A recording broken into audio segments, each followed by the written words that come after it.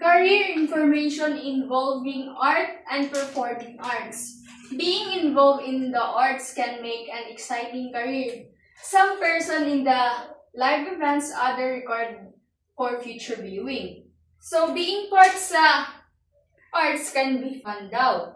Naay uban ga perform live ang uban recorded like TV shows. So number 1, actor. Actors perform works written by playwrights or screenwriters.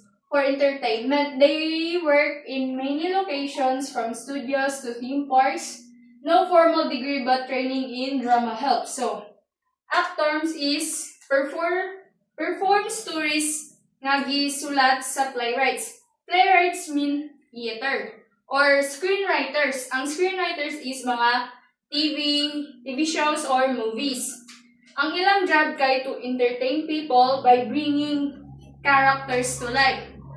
Go-work sila sa movie studio, theater, and more. Dili need og degree ang actor but mag-train na sila og acting para mas mag-improve sila. So number 2, singer or musician. Singers transform music into song before an audience or in a studio. Musicians play instrument and perform live or in studios. They do not need a degree but extensive training is needed. So ang singers turn music into songs gamit ilang voice. While ang musicians is ga-play of instruments like guitars, piano, or drums. Ga-perform sila live on stage or recorded sa studio. Ang singer or musician is dili need of degree but practice is important to become good. Number 3 is dancers. Dancers express career information involving art and performing arts. Being involved in the arts can make an exciting career. Some perform in live events, others record for future viewing. So being part sa arts can be fun daw. Uban ga-perform live, ang uban kay record like TV shows. So, first, career information involving arts and performing artists. Being involved in the arts can make an exciting career. Some perform in live events, others record for future viewing. So, being part sa arts can be fun.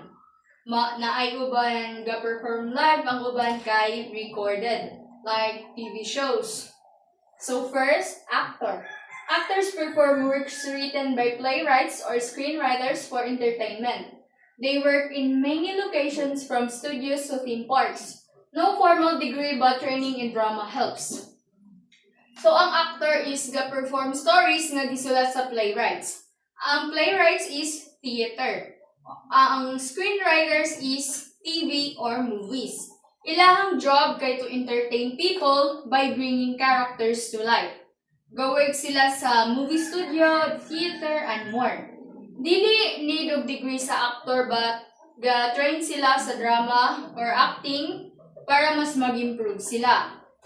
Singer or musician. Singers transform music into song before an audience or in a studio. Musicians play instruments and perform live or in studios. They do not need a degree but extensive training is needed.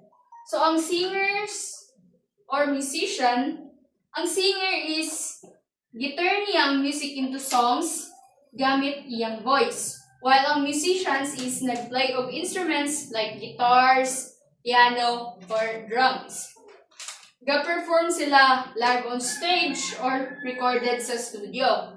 Dili need of degree sa singer o musician, but practice is important to become good. So, number 3, dancers. Dancers express art on stage or on camera. They audition, learn routines, and adapt techniques. They need several years of formal training.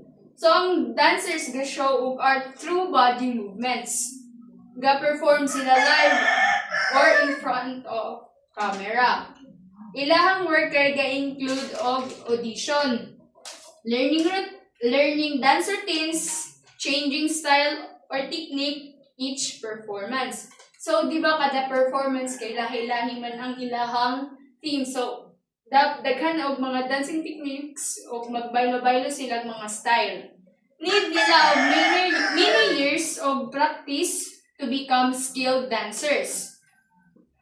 So, number 4, choreographers create dance routines for dancers. They work with dancers to see their art performed. No formal degree but training and experience matter. So, ang choreographers, sila ang gamake og dance routines para sa mga dancers. Pag human nila create og mga dance routines, ilahan ang itudlo sa mga dancer o i-guide sab nila ang mga dancer.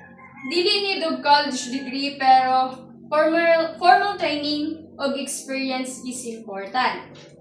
So, directors. Directors work behind the scenes to bring scripts and plays to life in film, TV, or stage. They usually need a bachelor's degree and experience.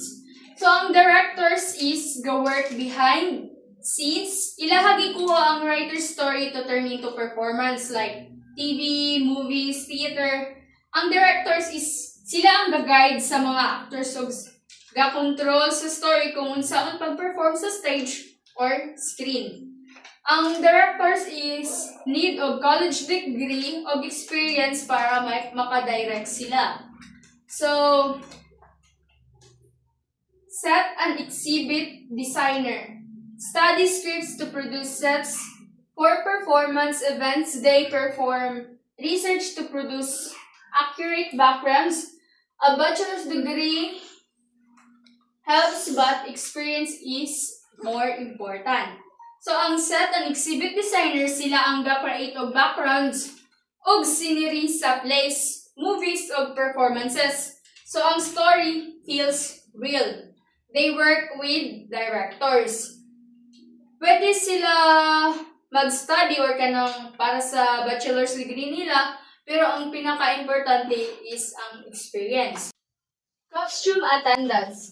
Fit actors for costumes, help them dress, take care of costumes, assist with charges, changes, need high school diploma. So, ang costume attendance is sila ang make sure na ang actors kay tama ang costumes.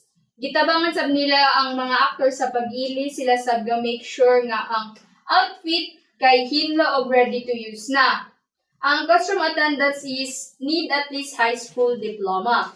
So, performance makeup artists. Use makeup to enhance actors, work with artists and directors, need training but no formal degree. So, ang performance makeup artist is gayon sila og makeup to help actors to look right sa ilaha roles og scenes. Dili need og degree but mag-take sila og special training or certificate programs to learn the skills. And that's all. Thank you.